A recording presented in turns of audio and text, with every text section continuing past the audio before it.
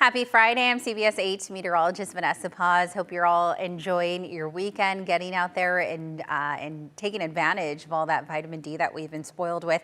I'll tell you what, if you liked what we've been having every single day over the past week, you are going to love what we have in store as we celebrate your holiday weekend. Plenty of sunshine to go around. We do have some cooling, but it won't happen until next week, and we'll detail that in a moment. I do want to give you a live look outside. This is from one of our coastal sky cams facing the water. You can see not a glimpse of really any clouds. We are seeing some clouds, but most of them hanging offshore. As we take a look at your weather headlines, we will continue to have increasing clouds, all due to offshore winds kind of taking a break. They'll be very patchy in nature though, and they'll extend anywhere between 5 to about 10 miles inland. Right now, it looks like offshore winds have backed off a bit, but looking ahead to Saturday afternoon, we'll see them return kind of with a vengeance, especially towards the noon hours, and then they'll subside as we get into Sunday. We do have some cooling. I don't know about you, but I've been looking forward to cooler temperatures, and we are looking at a drop in daytime highs, but it won't happen until the middle of next week. So we just have to be patient, but we will get there.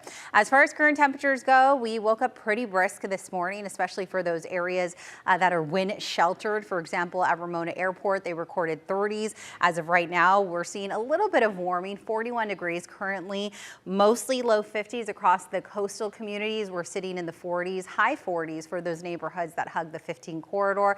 57 degrees, so close to 60 already for spots like Julian, 54 meanwhile out in Borrego Springs. As we take a look at our satellite and radar composite, this is activity over the past 3 hours, and you can see that we're looking at mostly clear skies, but we did have some clouds start to develop from the 56 all the way down to the South Bay. They have been very minor though, and haven't had too much of an impact, especially on our temperatures.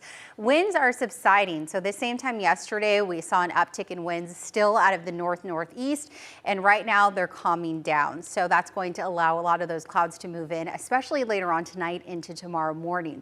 As I mentioned, we have the return of Santa Ana's tomorrow afternoon.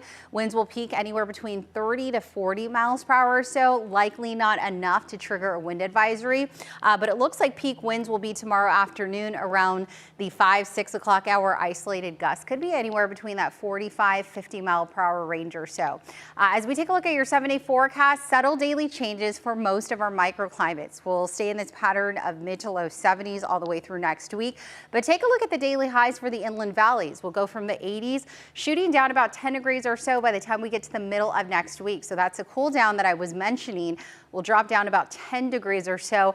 And as of right now, we still look dry, but we could have a chance for some precipitation next weekend. Meanwhile, here's a quick look at the mountains and desert areas. Again, very chilly nights with warm days ahead.